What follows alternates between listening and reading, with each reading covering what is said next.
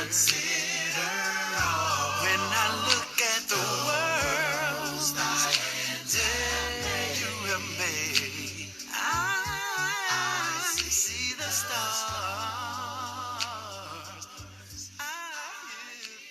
We look at what is a steward, the responsibilities of a steward. Then we look at examples of a steward in the Old Testament. And then we start looking at examples of a steward that is found in the New Testament. And so that brings us, therefore, to 3b. And that is, when you read Luke 16, 1 through 13, it says, answer the following question. Now, something I wanted to do, I want to explain this particular parable, because this parable was totally different than any other parable Jesus ever taught. And so I thought it would be interesting for us to look at this parable of the unjust steward. This text can be broken down basically into two parts. The parable, verses 1 through 8, and then Jesus gives the application of the parable in verses 9 throughout verse number 13. When you read this, you recognize what Jesus is doing when you go back to chapter 15. And in chapter 15, you remember, Jesus was approached by those publicans and sinners in chapter 15, verse 1. And when this happened, verse number 2, the Pharisees and the scribes, they started murmuring. They come around and now they're murmuring. And so what Jesus does, remember, Jesus begins to tell parables in regards to shining spotlight on these Pharisees so they'll be able to see themselves. He tells us, first of all, about a lost sheep. He tells about the lost sheep. And in regards to the understanding of the Pharisees, regarding the understanding of the Pharisees, that he was helping them understand, y'all fully don't understand in regards to your role when it comes to your relationship with the Lord. Because of the fact when one is lost, you ought to go out there and get it. Don't condemn them. Go out there and rescue them. He tells us about the parable of the lost sheep. One is lost out of 100. That's 10%. The Lord is concerned about 10%. Then in verse number 8 of chapter 15, he starts talking about the lost coin. Lady has 10 coins, loses one in the house. And she sweeps until she finds the one. The Lord is concerned about 1 out of 100, that's 1%. 1 out of 10, that's 10%. And then finally, he begins in verse number 11 of chapter 15 to tell us about the parable of the prodigal son. The father had 2 boys. One boy was lost outside the house, the other boy was lost inside the house. So he's concerned about 50%, he's concerned about 100% in regards to the young man who was lost when he left the house, but he's also understanding Jesus will teach a very powerful truth. You can be lost and still be in the house. When you look at the parable of the lost sheep went away, he was lost. The second parable, the lady lost the coin, where in the house. The coin was lost, but it was still in the house. Jesus tried to help them understand, even though they missed it. And then finally, Jesus concludes with that third parable about the prodigal son by telling them, here was one boy went out, he left the house, he was lost, but that older boy stayed home, and he was lost. And so Jesus was trying to help these Pharisees to come to an understanding in regards to how they were. Then finally, he gets to chapter 16. We're in chapter 16. He starts talking about this unjust steward. And I think it's interesting now. The Pharisees, remember, are still in the audience. He's talking to his disciples, but these Pharisees and scribes are still there in the audience. And now, let me just read it to you, and then we'll just go ahead, and then I don't have time to explain everything, so let me just explain. I'll explain some things to you. In chapter 16, verse number 1, the Bible says, and he said unto them, he said also unto his disciples, there was a certain rich man which had a steward, and the same was accused unto him that he had wasted his goods. Now, here this rich man has a steward, one who is over his goods, but he notices that the steward has wasted. He's wasted that which belonged to him. In verse number 2, and he called him and said unto him, how is it that I hear this of thee? Give an account of thy stewardship, for thou mayest be no longer a steward. Give account of what you've done. I notice you have misappropriated in regard to those things that I have put into your trust. And then he says in verse number 3, then the steward said within himself, watch this now, The steward said, what shall I do? For the Lord taketh away from me the stewardship. I cannot dig, and I'm ashamed to beg. Watch the book. He said, to beg, I am ashamed. Verse 4. He said, I am resolved what to do. I have come up with what I need to do. That when I am put out of the stewardship, when the rich man kicks me out, I no longer have a roof over my head, that they may receive me into their houses. Now he's going to do something, because I want to gain favor with these people, that they might, when they kick me out and I'm homeless, I will have somewhere to go to lay my head. Verse number 5. So he called every one of his Lord's debtors unto him, and said unto the first, how much owest thou unto my Lord?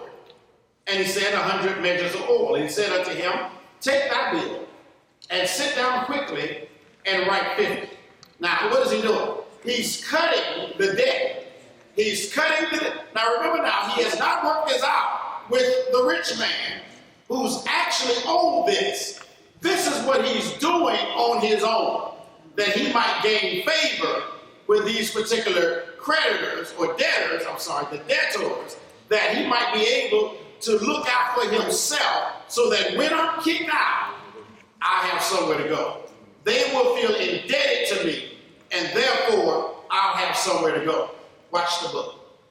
The Bible says, verse number 7, then said he to another, and how much owest thou? And he said, 100 measures a week. And he said unto him, take thy bill, and write 80 or fourscore. And the Lord commended the, watch this now, and the Lord commended the rich man. He commended the unjust steward, because he had done wisely. He said, for the children of this world are in their generation wiser than the children of light.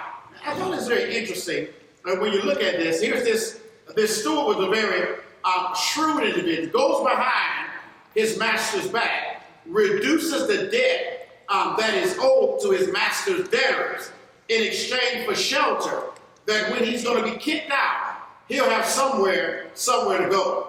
And you notice this, the master representing, the rich man representing the Pharisees, he's evil of heart as well. He recognizes the evil that has been done, and what does he do? He recommends it. He commends it, by word. He commends what it is that he sees. And so what Jesus began to tell them in verse number 8, he said, for the sons of this world are more shrewd in dealing with their own generation than the sons of light. Now Jesus drawing a contrast here between the sons of the world, which those who are unbelievers, and the sons of light, those who are believers. In other words, he's helping them to understand, here is an understanding of this young man. He has literally cheated his master initially. And that's why he's in trouble about losing his job.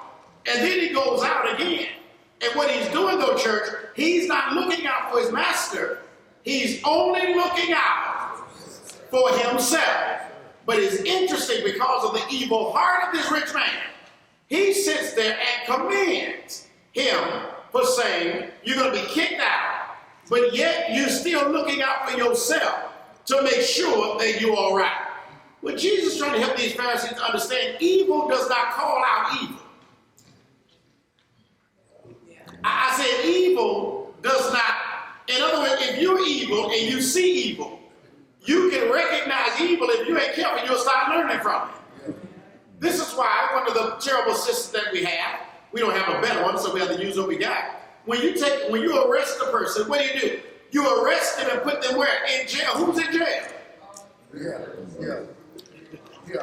You're putting them in a situation where other folk of criminal minds. So he went in there for one offense, but by the time he get out, guess what? He didn't learn from these experts. Oh, y'all not. Y'all must have had breakfast.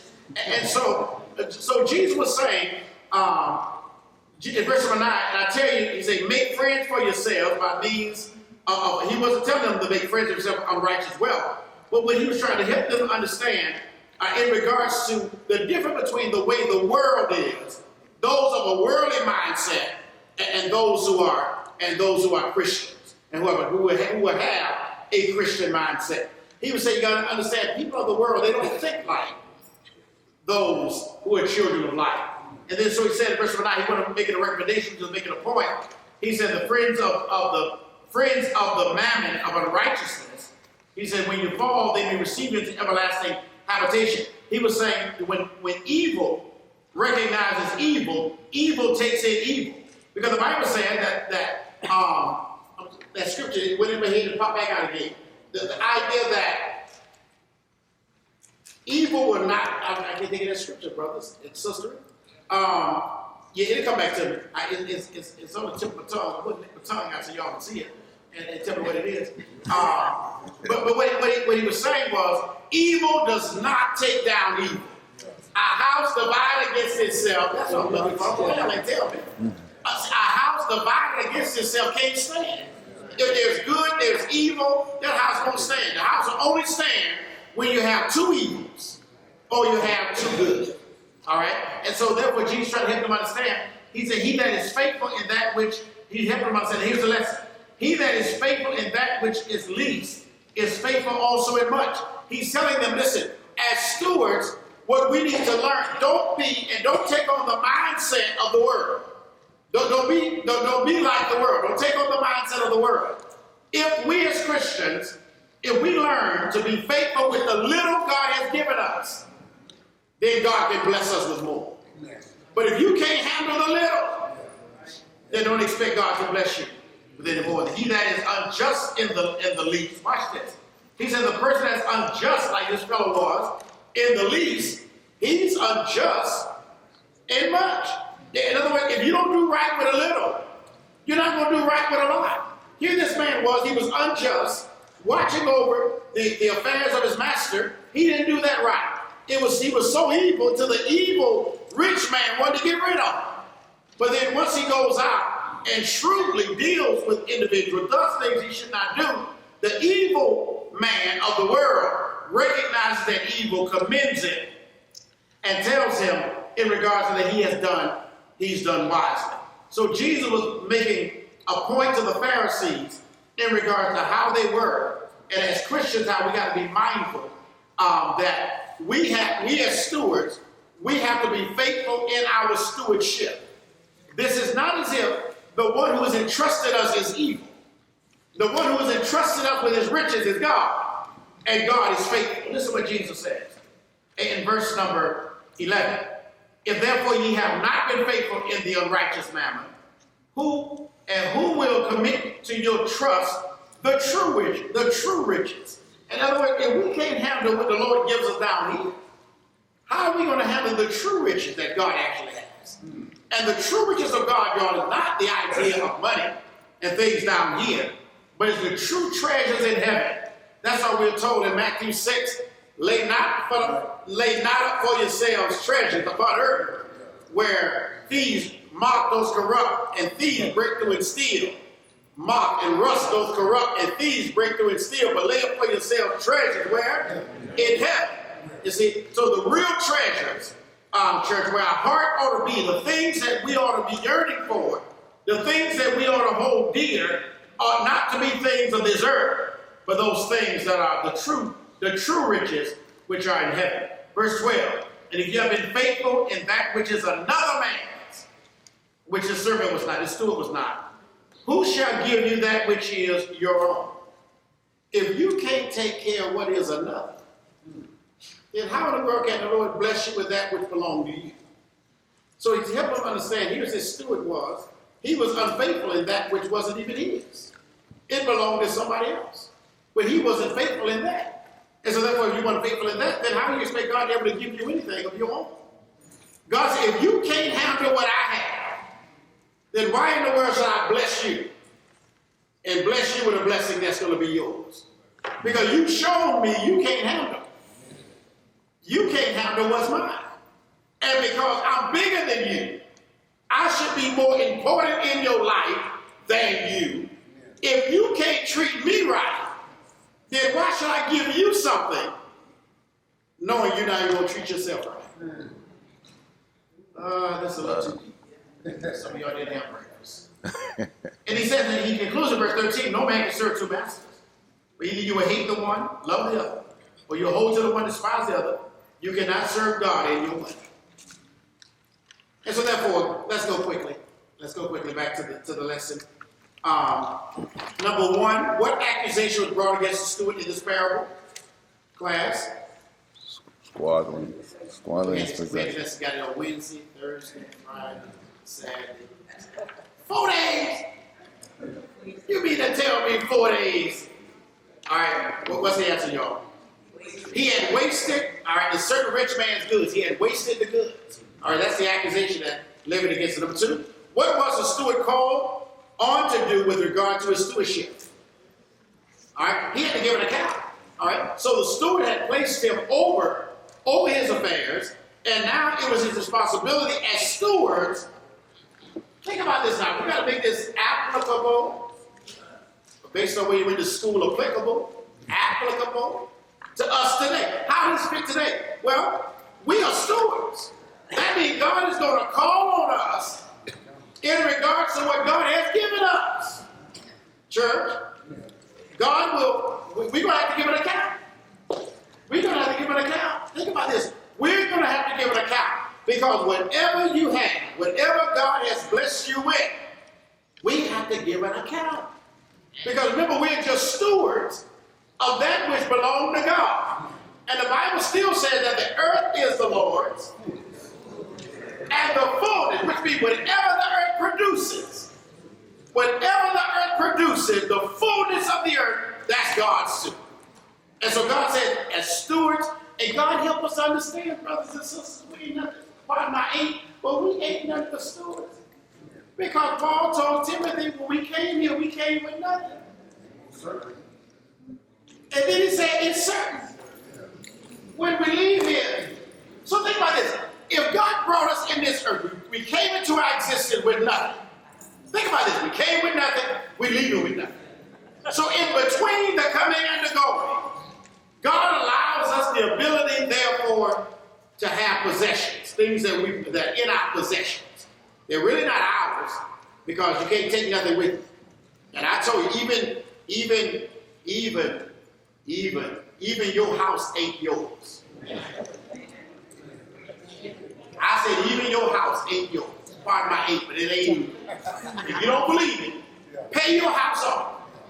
If you don't believe that house you living in right now ain't yours, pay it off. Watch what happen. Watch what happen next year. They gonna see your tax report.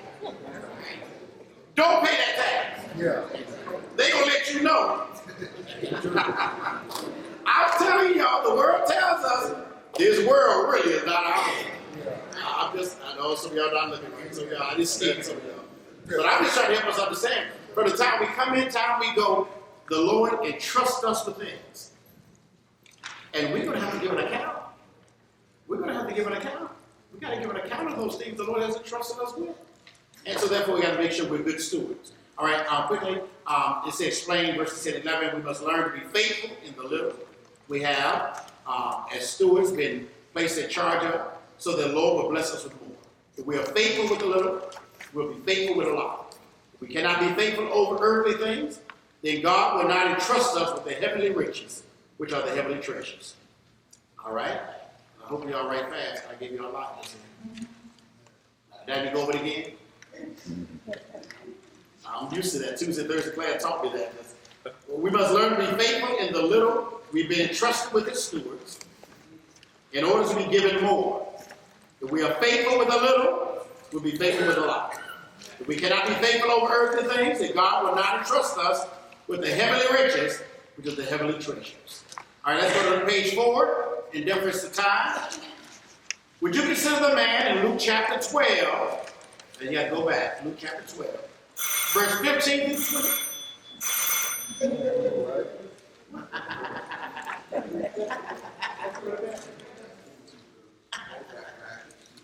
Okay, all right. See, would you consider the man in Luke 12, 15 through 21 a good or bad steward? Give reasons for your answer. Now, we should be mindful of Luke chapter 12, verse 15 through 21. Luke chapter 12.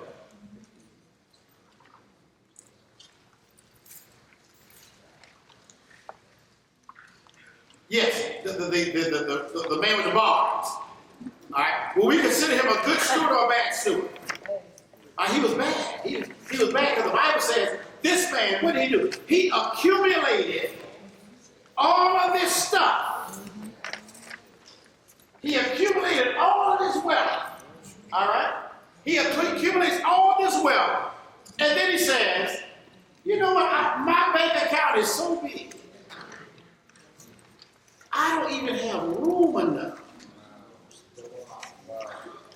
Because I got all of this. Who did he store the stuff up for? Himself. Think about this. He did all of this storing for himself. And he said, you know what? I got so much stuff. I know what I'm going to do. I'm going to give this and help out somebody. No, that was on his mind. He said, I'm going to build. I'm going to build larger, bigger barns where to bestow all my goods. I need something bigger than what I have. And then the book says, God intervenes. Comes to him and says, you fool. Ooh, that's a word. Nobody want to be called a fool. He said, you fool. This night, your soul is required of thee. And then he asked him a very powerful question, church. Then he said, now who's going to be in possession of this stuff? Who shall those things be which you have provided? Have you ever thought of it? You have been so saturated with yourself. You are so stuck on yourself that the way you live your life, you were just concerned about yourself. He said, but here's the problem. You're able with all that money to do a lot of things in life, but there's one thing you can't pay off. You can't pay off debt. He said, therefore, when you leave here, who shall those things be which you provide? Think about it, because you can't take it with you. We're just stewards, brothers and sisters, just stewards. D, I answered the second part of that, just in case y'all, just in case somebody didn't recognize that. The question got, who shall these things be which thou provided? D, and the Lord said, who then is that? All right, this how it's going over. Y'all go to Luke 12:42. Then I'm going to read the question, and we're going to fill in the blanks as we go. Now listen, class, let me explain this again. On Wednesday night, those who were here, the lessons were given. And but you know, when you mess up, you gotta mess up when you mess up. I told y'all Wednesday night, take the lesson, fold them up, and put it in your Bibles. So I'm gonna take responsibility. I did not tell y'all to fill in the answer, so that's my fault. This is my fault. But from now on, when we do these lessons, fill them out, and then put them back in your Bible. All right? All right, so let's go to Luke chapter 12, verse number 42, and let's answer this. All right, you got me Luke 12:42? All right, make sure we're there. And the Bible said, and the Lord said, who then is that faithful and wise steward whom his Lord shall make ruler over his household to give them their portion of meat in due season? All right? Faithful, got to be faithful and wise. Faithful stewards. We're faithful with what God has entrusted us with, and then we're wise. We're wise with it. All right? All right? And the Bible says, listen, when we do this, the Lord, he'll bless us. The Bible says he'll make us ruler. If you're faithful over a few things, he'll make you rule over many. And so we got to be mindful, we got to be faithful. The Lord look for that. Number one, D1, how did the Lord answer this question in verse 43 in regards to what we just read? The servant whom is Lord, when he comes, doing what is expected of him. In other words, the Lord wants to know, what will you do and what have you done with that which I entrusted you with? Think about this now. When we're dealing with the idea of being a steward, what have we done with that which the Lord has entrusted us with? All right? That goes back in the idea of our offering. It goes back to our offering. Whatever God has blessed us with, remember, it's the Lord that blesses us. Deuteronomy 8:18, he blesses us to get wealth. Everything we have belongs to God. Everything is His. Now He wants to know, how much have you, in regards to what I've entrusted you with, how much have you sown back into my kingdom for the expansions of the borders of my kingdom? God says, I want to know, what have you done? Can you stand before Him and say, Lord, you bless me with... You know, it's interesting. I was reading a story, it was an article just the other day, and they were talking about the amount of wealth people actually make in their lifetime. And they were talking about how wealthy we are as people. When you look at what a person is, even a person on minimum wage, if you were to go out in regards to their years of the years that they work, you say you'll be amazed at the amount of money we actually make in our lifetime. And I thought about that, in reference to this lesson. It's interesting in regards to what have we done? What percentage of that money that God has blessed us with, that we've been allowed to be stewards of, that God allowed to come our way, and how much of that money have we sown back into His kingdom? You got to think about this, because remember this now, we're stewards. And therefore, as a steward, there will come a day of reckoning. We've been talking about Wednesday night. There will come a day of reckoning, so we got to be careful, brothers and sisters, business and friends, in regards to what we do with that which God has entrusted us. Remember, it's not ours, because again, when we leave it, we can't take it with us. We can't take it with us. So we got to be mindful of that. Something we often think about in regards to whatever it is. Whatever it is, it belongs to God anyway. All right, let's look at number 2. What is the reward of the faithful steward? He'll become ruler over all the master has. Look at verse 44.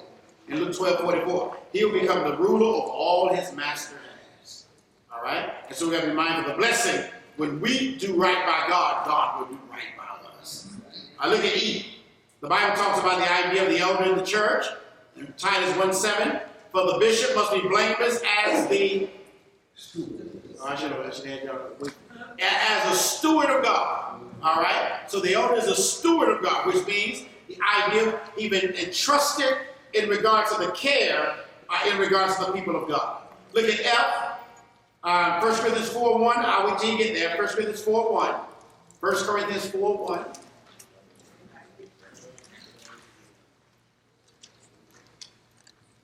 In 1 Corinthians 4 and verse number 1, the Bible says, let a man so account of us as apostles, as of the ministers of Christ, and those apostles, ministers of Christ, and they were what? Ministers are stewards of the mysteries of God. Stewards of the mystery. That which God kept back till God was ready to reveal. We are steward, which means, as a preacher, I'm a steward of God's word. As a steward, I must only, and we talked about that before, that's too much teaching.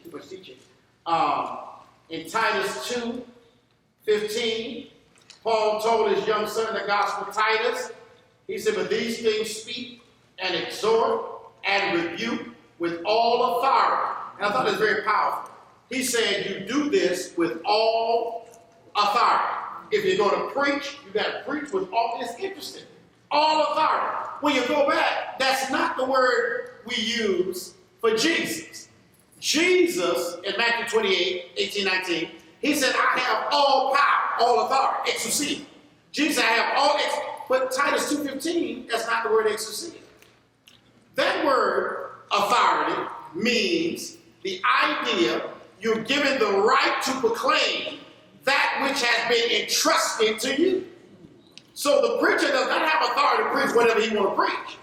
He can only preach, and he's only been authorized to preach what has been entrusted to him to preach. That's another lesson. Y'all trying to get me off here. All right, number 4. 1 Peter 4, verse 10. And 1 Peter 4, verse number 10. Let's look at that. 1 Peter 4, in verse number 10. I want you to see that. 1 Peter 4, and verse number 10. Let me know y'all get it. I'll wait for you.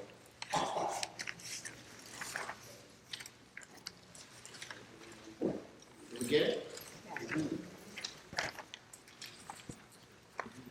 All right. Then that word epitage, E-P-I-T-A-G-E, epitage is the word authority in Titus 2:15. It's not exousia, it's epitage, which means he's only entrusted to proclaim what has been given When it's already been approved, he can only preach, which means preaching must be done by what has been approved. Did y'all go to 1 Peter 4? Yeah. I'm just talking and stuff. 1 Peter 14. All right. As every man hath received the gift, even so minister the same one to another, as good stewards of the manifold grace of God. So we've been entrusted. It's interesting. Elders, preachers, members, we've all been entrusted. We've been entrusted in regards to this divine truth. We've been entrusted. So responsibility, time to get away from us. The responsibility of stewardship belongs to who? Every person, everybody. The ministry of stewardship is every member. We're stewards. The ministry of stewardship is as every man hath received or according to his ability. Listen, God has blessed us in the church with abilities. God has blessed us with abilities. And every time I say this, somebody always get on me. But I'm going to say it again. If you have a talent and you can teach in public school, Well, y'all know where I'm going. yeah. If you have that kind of talent, you know, whatever you're doing in the secular world, that's an ability that's given to you by God. And I just believe if you can have that ability, because I don't think that somehow when you come through the doors, we got kryptonite doors.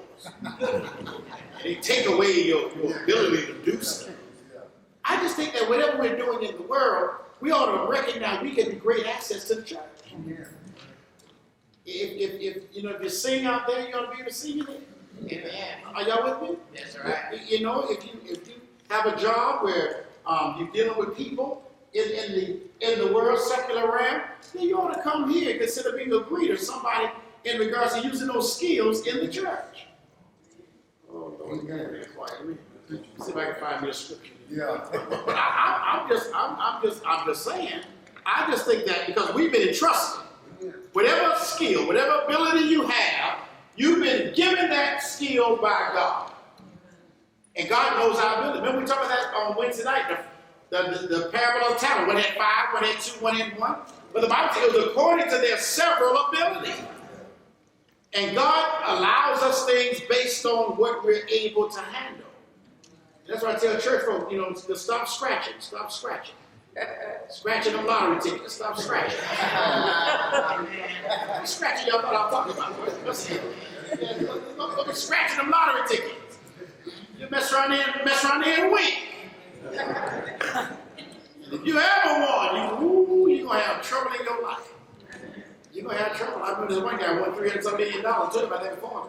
Guy won $300-some million in a lottery. Won the Christian. Won $300-some million in the lottery. And him and his wife didn't have any children. They had a niece, and they raised that girl just like she was their daughter. Gave that girl her own place. Gave that girl one of those sports cars. That girl had so much money, they didn't know what to do. The little girl had messed around. Young folk don't know how to have the money. That's why they young. Yeah. Because they haven't been here long. You got to be here a while. You don't get experience coming out the womb helping somebody. You got to be here a while and learn about life. That's where wisdom comes from. You got to be here a while. And anyway, this young girl, true story, the young girl hooked around with the wrong folk. Girl had so much money. The fellow who won was giving that girl whatever she wanted. He gave it to her. And that girl started fooling around with drugs. And she overdosed and died. And that man, he was doing this interview of him, and he was talking about it in tears. He says, I wish to God I had never won this money. He said, ever since this money came into my life, he said, my life has been terrible. He said, I've suffered nothing but misery and pain. He said, I wish I could give this money back. And I'm telling you something, because you see, money, folks say, oh, brother, if I won the lottery, I'd give all that money to church. No, you ain't going to do that. You see, money doesn't change you. Money just makes you more who you are. Yes.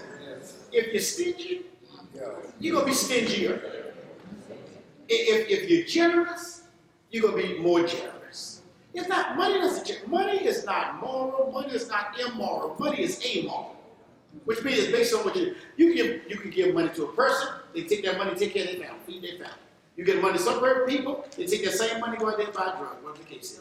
And I'm saying, so it's not the money. Listen, people say, you know, money is evil. No, it ain't evil.